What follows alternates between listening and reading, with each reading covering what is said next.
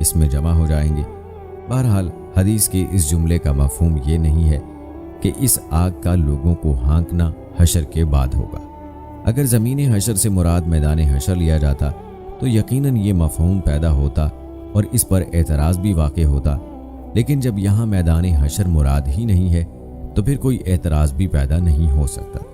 نیز ایک روایت میں یہ منقول ہے کہ وہ آگ حجاز کی سرزمین سے نمودار ہوگی، جبکہ یہاں حدیث میں اس کا یمن کی جانب سے نمودار ہونا بیان کیا گیا ہے۔ لہذا قاضی ایاز نے یہ کہا ہے کہ ہو سکتا ہے کہ قیامت کی نشانی کے طور پر جس آگ کا ذکر کیا گیا ہے وہ ایک نہیں دو ہوں گی، اور وہ دونوں لوگوں کو گھیر کر ہانک کر زمین حشر یعنی ملک شام کی طرف لے جائیں گی، یا یہ کہ وہ آگ تو ایک ہی ہوگی جو ابتدا میں یمن کی جانب سے نکلے گی، لیکن اس کا ظہور حجاز کی سرزمین سے ہوگا۔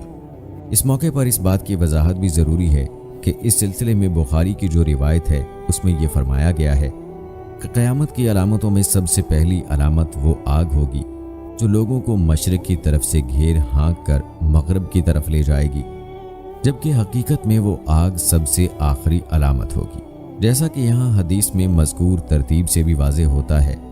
بس اس تضاد کو اس تعویل کے ذریعے دور کیا جائے گا کہ قیامت کی سب سے آخری نشانی مذکورہ آگ ہوگی، اور بخاری کی روایت میں آگ کو جو سب سے پہلی نشانی قرار دیا گیا ہے تو وہ اس اعتبار سے کہ آگ قیامت کی ان نشانیوں میں سے سب سے پہلی نشانی ہوگی جن کے بعد دنیا کی چیزوں میں سے کوئی چیز باقی نہیں رہے گی، بلکہ ان نشانیوں کے وقوع پذیر ہونے کے ساتھ ہی سور پھونکا جائے گا۔ ان کے برخلاف یہاں حدیث میں جن نشانیوں کا ذکر کیا گیا ہے ان میں سے ہر ایک نشانی کے بعد بھی دنیا کی چیزیں باقی رہیں گی۔ دوستوں، روایات میں ایک ایسی ہوا کا ذکر بھی کیا گیا ہے جو لوگوں کو سمندر میں پھینک دے گی۔ یہ روایت بظاہر اس روایت کے خلاف ہے جس میں آگ کا ذکر ہے۔ بس ان دونوں روایتوں کے درمیان مطابقت و یکسانیت پیدا کرنے کے لیے یہ کہا گیا ہے کہ اس دوسری روایت میں لفظ ناس سے مراد کفار ہیں اور ان کو ہانکنے والی آگ ہوا کے سخت جھکڑ کے ساتھ ملی ہوئی ہوگی تاکہ ان کفار کو سمندر میں دھکیلنے کا عمل زیادہ تیز رفتاری کے ساتھ پورا ہو۔ نیز مذکورہ آگ جس کا پانی آگ کی صورت میں تبدیل ہو جائے گا۔ ناظرین، یہ تھا تذکرہ قیامت کی 10 بڑی نشانیوں کا۔ اب تذکرہ کرتے ہیں ان نشانیوں کی ترتیب کے حوالے سے۔ اس حدیث میں جن 10 نشانیوں کا ذکر کیا گیا ہے ان کی ترتیب کے بارے میں یہ بات کہی گئی ہے کہ ان میں سب سے پہلے جس نشانی کا ظہور ہوگا وہ دھواں ہے، اس کے بعد دجال نکلے گا، پھر حضرت عیسیٰ علیہ السلام آسمان سے نازل ہوں گے، پھر یاجوج ماجوج نکلیں گے، پھر دابۃ الارض نکلے گا، اور پھر آفتاب مغرب کی جانب سے طلوع ہوگا، یعنی سورج مغرب کی طرف سے طلوع ہوگا۔ یہ بات اس لیے کہی جاتی ہے کہ حضرت عیسیٰ علیہ السلام کے زمانے میں تمام روئے زمین پر اہل ایمان کے علاوہ کوئی نہیں ہوگا، کیونکہ سارے کفار مسلمان ہوں گے، ان کا ایمان مقبول ہوگا۔ اس کے برخلاف اگر یہ کہا جائے کہ مغرب کی جانب سے سورج کا طلوع ہونا دجال کے نکلنے اور حضرت عیسیٰ علیہ السلام کے نازل ہونے سے پہلے ہوگا، تو ظاہر ہے کہ جو کفار حضرت عیسیٰ علیہ السلام کے زمانے میں مسلمان ہوں گے ان کا ایمان مقبول قرار نہ پائے گا، کیونکہ سورج کے مغرب سے نکلنے کے بعد توبہ کا دروازہ بند ہو جائے گا اور اس وقت کسی کافر کا ایمان قبول کرنا معتبر نہ ہوگا، جبکہ حضرت عیسیٰ علیہ السلام کے زمانے میں ایمان قبول کرنے والے تمام لوگوں کا ایمان معتبر ہوگا اور وہ مسلمان مانے جائیں گے۔ حدیث میں ان تمام نشانیوں کو جس ترتیب کے ساتھ ذکر کیا گیا ہے وہ ان نشانیوں کے وقوع پذیر ہونے کی اصل ترتیب نہیں ہے۔ اصل ترتیب کا علم صرف اللہ ہی کو ہے، اس لیے اس ترتیب میں اختلافات کا تذکرہ کرنا بے سود ہے۔ تو ناظرین کرام، یہ تھی ہماری آج کی ویڈیو۔ امید کرتے ہیں کہ آپ کو پسند آئی ہوگی۔ ہماری آج کی اس ویڈیو کے متعلق اپنی رائے کا اظہار کمنٹ باکس میں لازمی کیجیے گا، اور اگر آپ نے ابھی تک ہمارا چینل سبسکرائب نہیں کیا ہے تو ابھی سبسکرائب کر لیں، ساتھ میں بیل نوٹیفیکیشن کو بھی ضرور آن کر لیجیے گا تاکہ لیٹسٹ اپلوڈ ہونے والی ویڈیوز کا نوٹیفیکیشن آپ کو بر وقت ملتا رہے۔ مجھے اگلی ویڈیو تک اجازت دیں۔ فی امان اللہ۔